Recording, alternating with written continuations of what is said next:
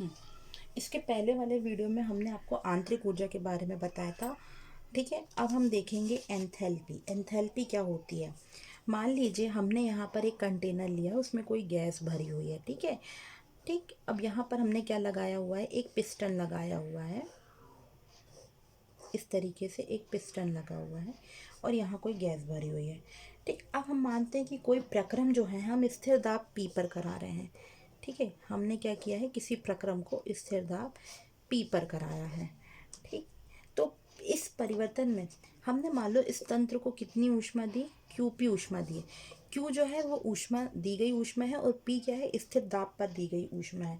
तो ये सिस्टम क्या करेगा? क्यूपी ऊष्मा को अवशोषित कर, ठीक है, ऊष्मा अवशोषित करेगा।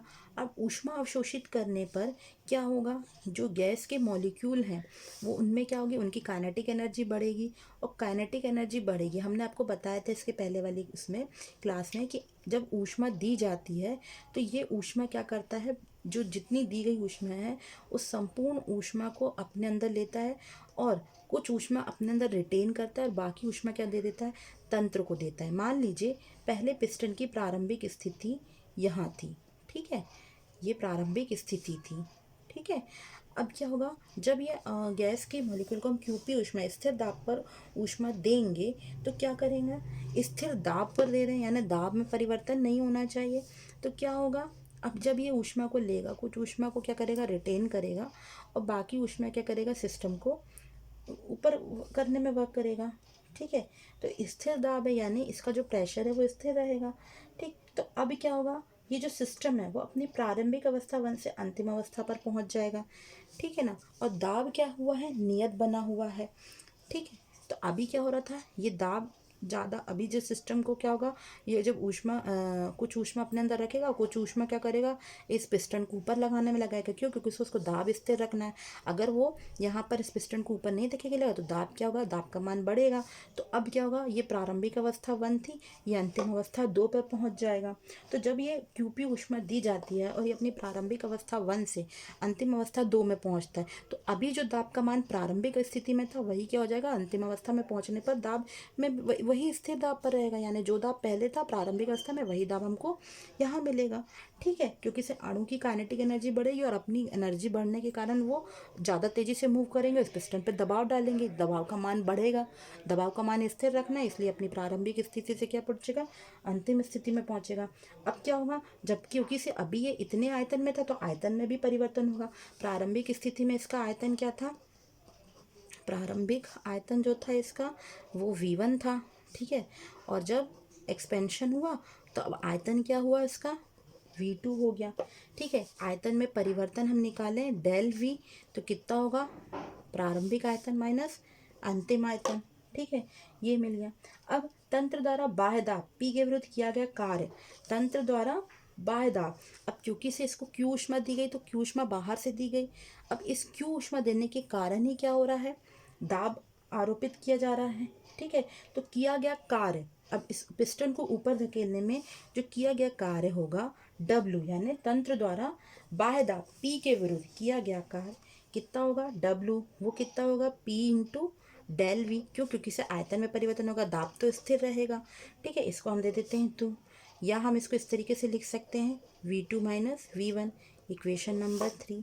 ठीक है, अब ऊष्मा अवशोषण से तंत्र की क्या होगा? हमने आपको बताया था कि जब इसको क्यू ऊष्मा दी जाएगी तो ये ऊष्मा को क्या कर रहा है? कुछ अपने अंदर रख रहा है, कुछ क्या कर रहा है? डब्ल्यू कार्य करने में खर्च कर देगा। ठीक है, वो डब्ल्यू कार्य हमने निकाल लिया कितना है। अब क्योंकि से जब ये मॉलिक्यूल क्या करेंगे? अब वो इसी स्थिति में तो नहीं रहेंगे, क्योंकि से अगर वो केवल इतने आयतन में रहेंगे तो उनकी आंतरिक ऊर्जा क्या रहेगी? इस स्थिति में U1 थी।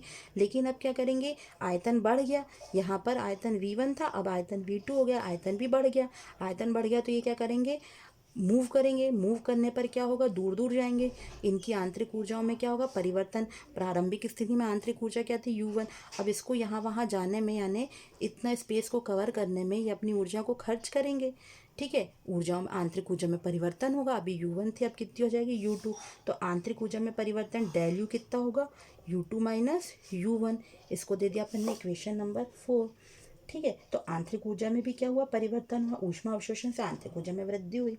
अब हमने आंतरिक ऊर्जा में परिवर्तन भी निकाला। अब हमें पता है ऊष्मागतिकी के प्रथम नियम के अनुसार, ऊष्मागतिकी के प्रथम नियम अनुसार, प्रथम नियम के अनुसार क्या है, QP is equals to del U plus W. ये हमने देखा था कि जो ऊष्मागतिकी का प्रथम नियम है वो क्या कहता है कि दी गई जो ऊष्मा होती है वो आंतरिक ऊर्जा में परिवर्तन प्लस किए गए कार्य के बराबर होती है। अब आंतरिक ऊर्जा में जो परिवर्तन है वो कितना है, U2 माइनस U1, और किया गया कार्य कितना है, P V2 माइनस V1। अब इसको हम सॉल्व करें तो कितना हो जाएगा, U2 minus U1 plus PV2 minus PV1। अब इसको हम जो U2 वाली टर्म्स उसको एक साथ लिख लें, U2 प्लस PV2 और माइनस कॉमन ले लें, यहाँ आ जाएगा U1 प्लस PV1। ठीक है, तो इस तरीके से हमारे पास एक इक्वेशन आया। अब यहाँ पर हमें पता है कि P तथा V तंत्र के क्या है, अवस्था के गुण अर्थात अवस्था फलन है। तो U प्लस PV क्या होगा, एक अवस्था फलन होगा। क्यों, क्योंकि से P और V अवस्था फलन है, P और V अवस्था फलन है, तो U प्लस PV क्या होगा, अवस्था फलन होगा।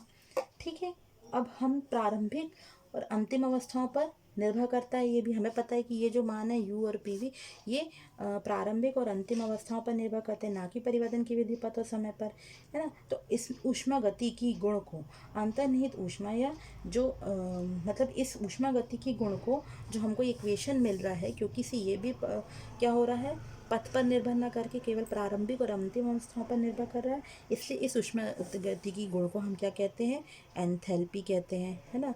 तो हमारे पास जो इसके अंदर निहित ऊष्मा आ रही है, यानी इस सिस्टम के अंदर अब जो अंतर्निहित ऊष्मा होगी वो क्या होगी, U प्लस PV मिल रही है, और इस U प्लस PV को ही हम क्या कहते हैं,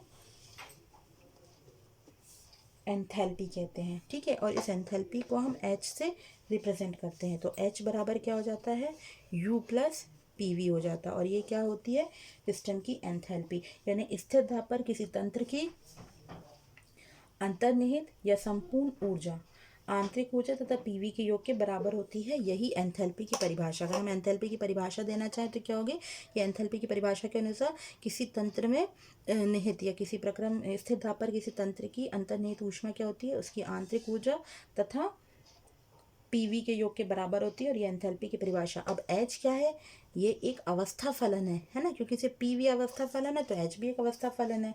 ऊष्मागतिकी में परिवर्तन को हम जो हो रहा है, अगर हम ऊष्मागति में परिवर्तन को निकालना चाहें, एंथैल्पी में परिवर्तन की गणना करना चाहें, तो हम इसकी भी गणना कर सकते हैं, है ना। यानी परिवर्तन करेंगे अगर हम, तो एंथैल्पी में परिवर्तन होगा।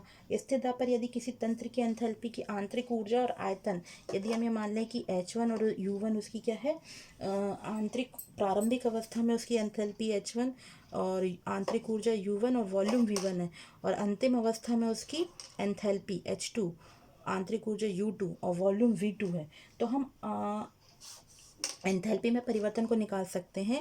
H1 बराबर क्या हो जाएगा, U1 प्लस PV1, और H2 बराबर क्या हो जाएगा, U2 प्लस PV2। ठीक है, अब हम क्या करेंगे, इसको हम माइनस करें, H2 minus H1 is equal to क्या हो जाएगा, U2 minus U1 plus V2 minus V1। ठीक है, इस तरीके से हम इसको हल करेंगे तो हमको इस तरीके से मिल जाएगा। तो हमको क्या मिलेगा, डेल H बराबर del U plus P del V।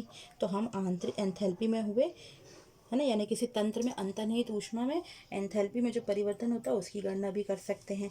और ये जो डेल HP होगी वो किसके बराबर होगी, स्थिर दाब पर होगी, और ये QP के बराबर होगी, यानी स्थिर दाब पर तंत्र की एंथैल्पी में वृद्धि अवशोषित ऊष्मा की क्या होती है, बराबर होती है। हम ये कह सकते हैं, है ना, कि स्थिर दाब पर किसी तंत्र की एंथैल्पी में हुई वृद्धि अवशोषित हुई ऊष्मा के बराबर होती है।